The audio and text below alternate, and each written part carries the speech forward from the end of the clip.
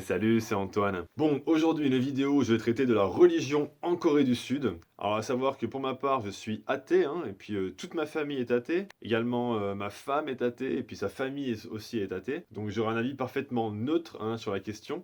Après, si vous vous demandez pourquoi il y a toujours une petite croix dans le titre de mes vidéos, eh ben, c'est simplement le logo du groupe Justice, hein, le groupe de musique électronique française Justice, que j'adore. Peut-être mon groupe de musique préféré. Et même pour vous dire, quand j'ai marché jusqu'à l'hôtel, hein, pendant la cérémonie de mon mariage, j'ai marché sur Genesis de Justice, qui est un de leurs plus grands tubes. Donc j'adore ce groupe et je me suis dit, au lieu de mettre un petit tiret ou un slash dans le titre, autant mettre le logo du groupe que j'aime. Donc voilà quoi, c'est tout. En ce qui concerne la Corée du Sud, pour un pays asiatique, on est en droit de se dire que la religion principale c'est le bouddhisme. Et effectivement, il y a quand même 24% de la population coréenne qui est bouddhiste, mais ce n'est pas la religion majoritaire en Corée du Sud. La religion majoritaire, c'est la chrétienté, hein, c'est les chrétiens. Il y a 31,6% de chrétiens en Corée du Sud, dont une énorme majorité de protestants, il y a 24% de protestants, et les 7,6% restants, c'est des catholiques. Alors il y a vraiment une énorme église protestante en Corée du Sud, même pour vous dire, le plus grand temple protestant au monde est en Corée du Sud, à Séoul. Ça s'appelle la Yoido Full Gospel Church, comme un truc dans le genre. Et ils regroupent quand même jusqu'à 480 000 membres toutes les semaines, voilà, dans l'église. C'est énorme, on appelle ça une méga church. C'est des proportions complètement incroyables comparé à ce qu'on a en France. Alors, à côté de ça, c'est vrai que les catholiques sont quand même en bonne infériorité, que 7,6%, mais ils sont quand même très très présents dans la vie politique. Il y a quand même 60% des élus environ en Corée du Sud qui sont catholiques, qui se revendiquent catholiques. Alors même si l'État et l'Église sont séparés, hein, c'est un pays de laïque, un peu comme en France, quand même, il y a beaucoup d'élus qui se revendiquent, hein, catholiques. Et du coup, ça déplaît beaucoup aux bouddhistes qui vont se sentir délaissés. Parce que c'est vrai qu'il y a vraiment la religion qui est à la mode en ce moment, c'est la chrétienté, hein, donc protestant ou catholique. Et les bouddhistes, même si ça reste quand même la religion traditionnelle de Corée du Sud, voilà, ils se sentent un petit peu délaissés, que ce soit par le gouvernement, par les gens. Et du coup, on a droit, toutes les ans, on a droit à une protestation pacifique, forcément, hein, des bouddhistes qui vont marcher dans la rue avec des lampions et qui vont, voilà, qui vont se faire reconnaître, qui vont quand même se montrer aux yeux des gens pour dire oh, on est encore là, pensez à nous. Et puis en Corée du Sud, quand même, ils ont des magnifiques temples bouddhistes de partout. Je veux dire, si vous retournez voir ma vidéo sur Busan que j'avais fait il y a un ou deux mois de ça, je suis allé à filmer dans un temple bouddhiste au bord de l'eau, là, sur une falaise, c'est magnifique. Donc c'est vrai que c'est le patrimoine de Corée du Sud, c'est les bouddhistes. Et ils veulent pas se faire oublier, voilà, ils veulent pas se faire oublier dans leur montagne, ils veulent que les gens quand même pensent à eux et soient pas quand même trop focalisés sur les catholiques et les protestants. Alors après, en ce qui concerne les temples et les églises, hein, donc je parle des bâtiments en eux-mêmes. C'est vrai qu'en France, on est habitué à des bâtiments très très très anciens. En Corée du Sud, vu que la religion est assez récente, ça fait environ 150 ans qu'il y a la chrétienté en Corée du Sud, forcément on a droit à des bâtiments beaucoup plus modernes, à des églises voilà, beaucoup plus modernes, avec des pierres rouges, voilà, enfin c'est un style beaucoup plus moderne que ce qu'on peut trouver en France. Mais ce qu'il y a d'encore plus particulier, c'est qu'on peut retrouver des églises ou des temples simplement dans un étage ou deux dans un building. Donc on a un building de 5 ou 6 étages, et puis un étage ou deux seront dédiés au temple ou à l'église. Et pour signifier qu'il y a un temple ou une église dans l'immeuble, hop, il y aura une petite croix en haut de l'immeuble. Et ce genre de petites églises, on peut en trouver 4 ou 5 par quartier. Vraiment, elles sont dispersées dans toute la ville, il y en a plein, plein, plein, plein, plein. Et qui regroupent seulement des petites communautés, voilà, entre elles. Et elles sont dispersées ouais, partout dans la ville. Et donc comme je vous dis, en haut de chaque building, on a une petite croix. Ce qui fait que dans certains quartiers, on va avoir plein de petites croix. On se dit que c'est un cimetière ici, qu'est-ce qui se passe? C'est très très très particulier, toutes ces petites églises. Et vraiment pas du tout comme en France, où on aime bien centraliser voilà, dans des grosses églises. Ici, voilà, c'est tout dispersé. Et d'ailleurs, une petite particularité, c'est vrai que les Coréens, ils aiment bien faire briller leurs croix avec des LED. Ce sont des petites croix illuminées la nuit comme ça, pour qu'on voit bien les églises dans la nuit. Et donc si la croix, elle brille en rouge, ce sera une église protestante, et si elle brille en blanc, ce sera une église catholique. Donc voilà, ça m'a très très simple pour distinguer si c'est une église ou un temple. Bon, après, j'ai une petite anecdote assez marrante aussi.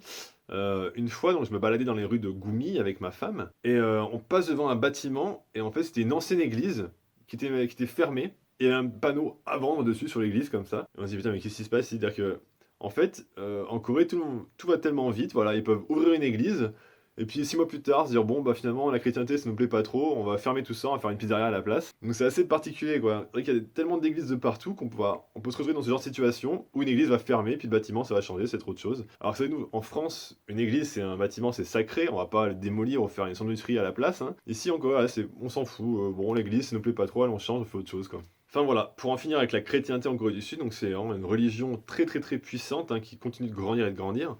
Avec les protestants, ils sont vraiment très, très, très actifs. Il y a beaucoup de missionnaires dans les rues qui vont même venir vous aborder, hein. Soyez pas étonnés si des Coréens parlant très bien anglais vont venir vous aborder avec des petits fascicules, voilà: «Vous voulez rejoindre l'église de Jésus?» machin et tout. Ils sont vachement, vachement actifs les missionnaires et ils recrutent, ils recrutent, ils recrutent, ils recrutent. C'est pour ça que ça continue de grossir et de grossir et que les bouddhistes, voilà, bah, du coup, ils sont pas très, très contents, quoi, comme je vous disais avant. Donc aussi, pour en finir avec la religion bouddhiste, ce qui est sympa en Corée du Sud, c'est que vous pouvez vraiment la vivre, cette religion en Corée du Sud. Vous pouvez faire des temple stay, voilà, donc une nuit ou deux dans un temple bouddhiste. Vous allez vraiment, voilà, vraiment vivre la vie d'un moine bouddhiste dans le temple, comment ça se passe. Lever à 4 heures du matin, faire la prière, faire 150 prières, un truc comme ça dans la journée. C'est assez extrême, hein, c'est sûr, mais c'est toujours assez intéressant. C'est complètement différent de ce qu'on vit, nous, en Europe. Enfin, on a aussi une petite population musulmane, en très petite, très très très peu visible. Mais c'est vrai qu'il y a quand même une bonne immigration venant d'Indonésie et de Malaisie, qui sont des pays musulmans. Donc on peut trouver quelques petites mosquées hein, dispersées dans la Corée du Sud. Il y a une mosquée pas loin de chez moi, d'ailleurs, on voit avec un petit minaret. Mais c'est vraiment c'est très très très très faible la proportion de musulmans en Corée du Sud comparé voilà, aux chrétiens ou aux bouddhistes. Et surtout, les Coréens même, il y aura, je pourrais même pas vous dire combien de pourcentage de Coréens vraiment musulmans, d'être 0,01%. Voilà, ils sont vraiment pas du tout musulmans en Corée du Sud. Ensuite, en marge de religion, on va trouver la doctrine philosophique du confucianisme, hein. Confucianisme, c'est assez dur à prononcer. Donc c'est une doctrine philosophique qui a été créée par le grand philosophe chinois Confucius. Et c'est vrai qu'avant en Corée du Sud, c'était une sorte de religion d'État, hein. C'était le confucianisme dans le 19 et 20e siècle. Maintenant, il y a moins d'1% de la population qui suit encore cette doctrine, mais malgré tout, on retrouve encore dans la société coréenne toutes ces valeurs ultra conservatrices hein, et patriarcales du confucianisme. D'ailleurs, pour ça, ouais, quoi, on se retrouve à bosser des heures en entreprise, la hiérarchie, tout ça, très très importante, et puis également la femme qui doit rester à la maison et qui doit faire des enfants et se taire, tout ça. C'est encore vachement présent dans la Corée du Sud, dans la société de Corée du Sud. Et les jeunes, ils cherchent vraiment à s'éloigner voilà, de ce confucianisme. Il y a encore quelques anciens qui sont à fond dedans, moins d'1%. Mais en général, ça tend vraiment à se dissiper, hein, cette doctrine. Et enfin, dernier point de cette vidéo, on a le chamanisme. Alors c'est vrai qu'en Corée du Sud, il y a encore ces croyances, hein, comme quoi les âmes des morts sont tout autour de nous, tout ça. Alors c'est vrai que comme le confucianisme, c'est un peu moins d'1% de la population qui est encore vraiment à fond dedans hein, dans le chamanisme, mais ça se trouve encore, c'est encore présent, il y a encore ces rituels de chamans, il y a encore beaucoup de chamans hein, dans les provinces de Corée du Sud, tout ça. Et il y a même des chefs d'entreprise qui vont faire appel à des chamans, voilà, pour qu'ils fassent un rituel, pour qu'ils aient de la chance dans leurs entreprises, tout ça. C'est encore assez présent. Et d'ailleurs, je vous conseille à tous de regarder le film Goksang. Goksang qui est un film justement qui parle d'une famille dans la campagne reculée du village de Goksang justement. Et ils se font posséder par un démon, tout ça, ils font appel à un chaman. Et on retrouve tous ces rituels un peu ancestraux comme ça. Et c'est assez intéressant à voir. C'est complètement différent de ce qu'on peut avoir nous en France ou en Europe. Et vraiment, je vous conseille de regarder ça. C'est très très intéressant.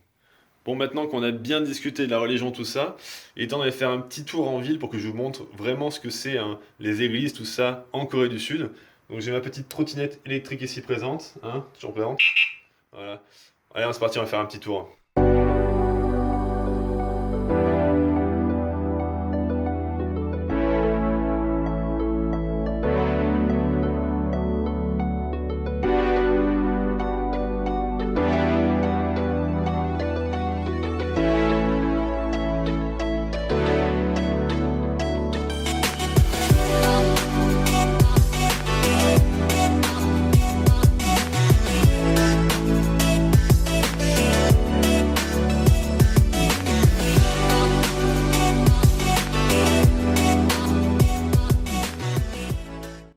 Là, juste derrière moi, il y a le centre islamique de Daejeon.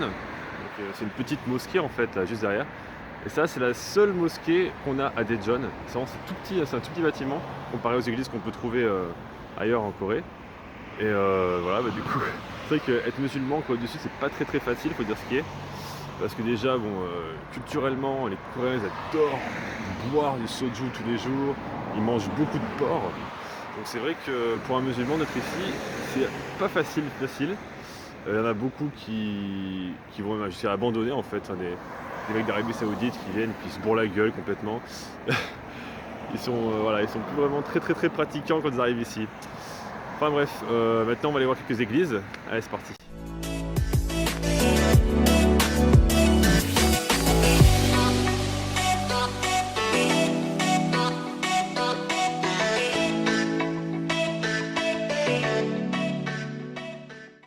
Un peu plus tôt dans la vidéo, j'ai dit que des fois on avait un peu un sentiment d'être en face d'un cimetière. Si vous regardez bien ici, on a une croix là, on a une autre croix ici, avec une autre croix derrière, encore une croix ici, et si on regarde de ce côté, on a encore une croix là en face. Vraiment, c'est dans le même quartier, on va se retrouver avec 5 ou 6 croix, toutes rassemblées les unes à côté des autres, et c'est pas, même pas la même église, hein. C'est à chaque fois des églises différentes, mais voilà, il y en a de partout, quoi.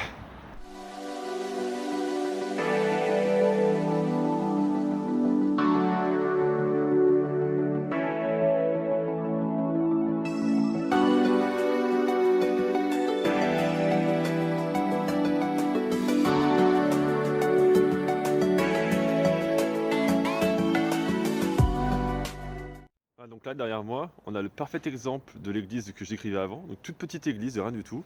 Voilà, un immeuble de 3 étages. Au premier étage, là, c'est une entreprise d'électronique, d'ordinateur.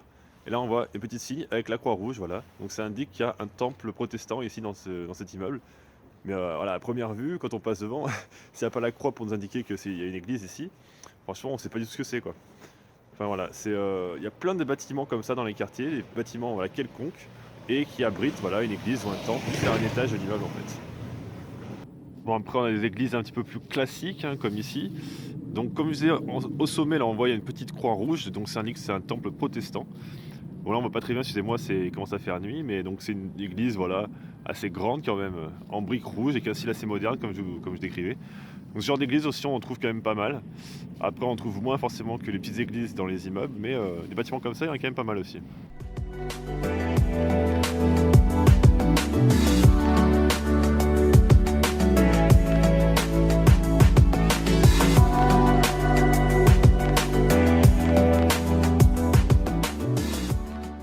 Voilà, donc j'ai fini ma vidéo là-dessus. J'espère que ça vous aura plu en tout cas. Et donc si vous avez des questions encore par rapport à la religion, tout ça, comment ça se passe en Corée du Sud, n'hésitez pas à me laisser un petit commentaire dans la vidéo. Si vous voulez, s'il y avait un sujet que vous voulez que j'aborde dans une prochaine vidéo aussi, n'hésitez pas, laissez-moi un petit commentaire. Et puis voilà, moi en tout cas, je vais aller chill avec mon pote Jesus, right here.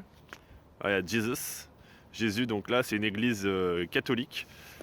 Et voilà, donc une grosse statue de Jésus, c'est assez marrant. Enfin voilà, donc d'ici la prochaine vidéo, je vous dis à bientôt. Bye bye.